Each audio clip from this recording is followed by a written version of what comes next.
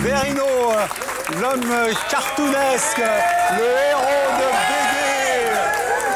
Verino, mais quel triomphe! Bon ça, Verino. Alors, je disais qu'on avait quasiment partout dit dans Paris que vous étiez le seul humoriste non cynique.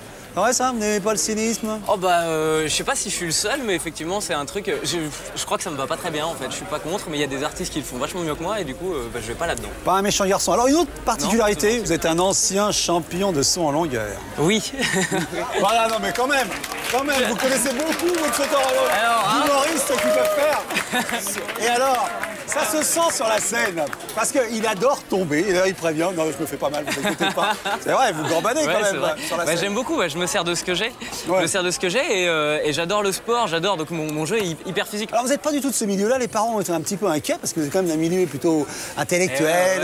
Alors, vous êtes ma mère est prof de droit et du coup, c'était pas évident au moment de la fac d'arrêter les études pour partir être humoriste, pour partir à Paris pour faire ce métier d'humoriste. Mais au final, je suis très content de l'avoir fait et mes parents aujourd'hui reconnaissent le truc. Et ils sont venus au spectacle hein? Ils sont venus au spectacle. Pourquoi vous dites ça comme ça genre, non, mais vous êtes sûr qu'ils sont fiers, mais ils sont vraiment venus Non, mais je ne sais pas parce que parfois on n'aime pas parler de ses parents dans ces moments-là, on ne sait pas quelle est la... Non, moi je crois que ça a été difficile pendant une période et puis là aujourd'hui ça s'est tassé. Alors autre singularité, si je puis dire, connaissant votre parcours, c'est que vous avez eu la révélation grâce à Bigard, qui semble être l'opposé, si je puis dire, de vous. Alors. Ouais, c'est vrai, c'est pas loin d'être l'opposé. Moi, je voyais donc Jean-Marie Bigard, je savais pas que c'était lui à l'époque, qui faisait des blagues et les gens riaient.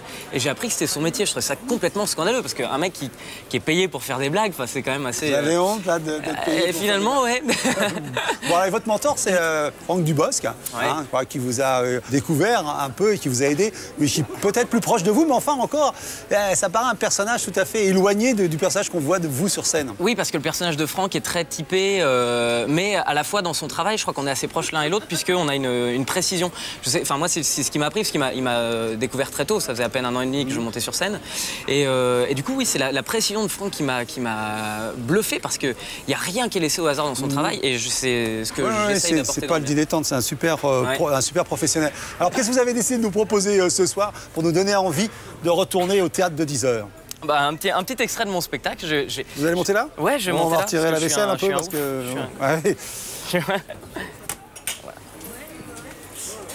Ouais. Oui, vous pouvez encourager.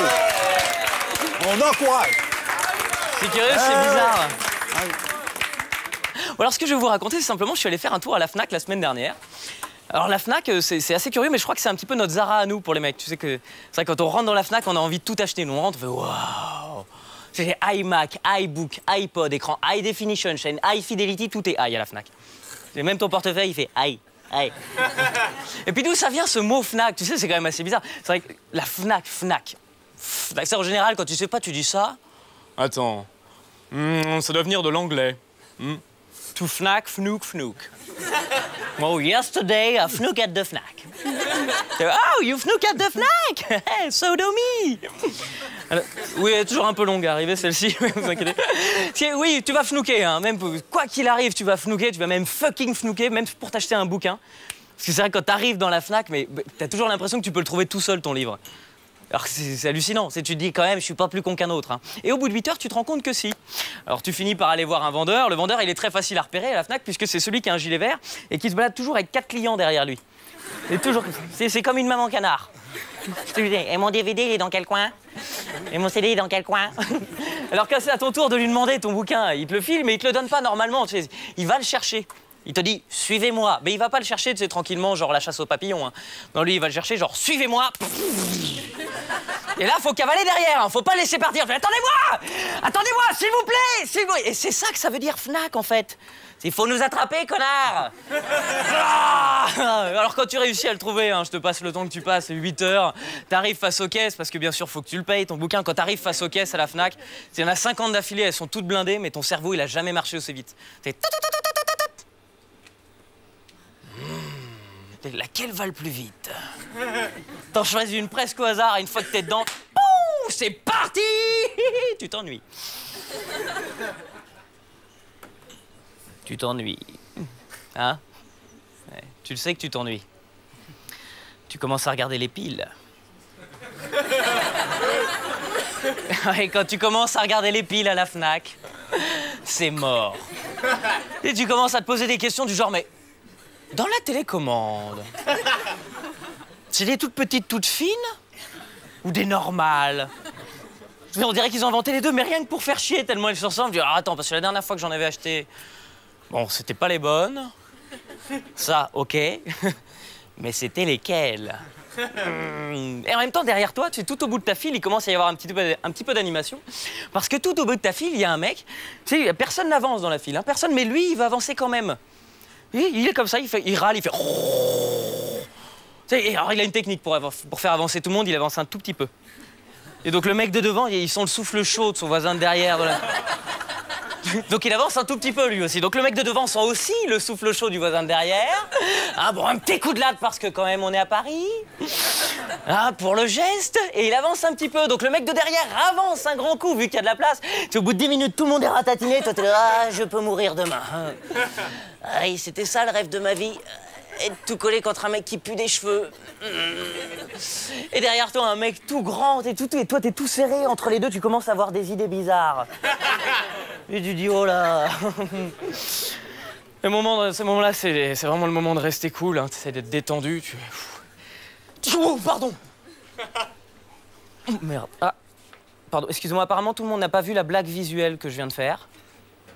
Non, apparemment, personne l'a vu, mais... Vous inquiétez pas, je vais la reprendre au ralenti. Merci beaucoup d'avoir prévenu. À tout à l'heure.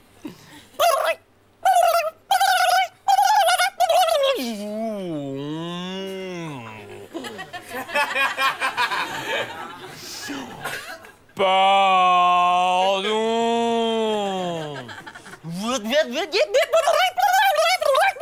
Et au moment où tu crois que c'est terminé, là, t'arrives, il n'y a plus que 2 personnes devant toi, tu crois que là, tu vas rentrer chez toi, tu le sens, d'un coup, ta caissière se lève, je comprends pas, le CD, il passe pas. Et elle va chercher un autre couloir. Tu vas où, toi, là? Tu restes là. Attends, ça fait à peu près 6 semaines que je t'attends.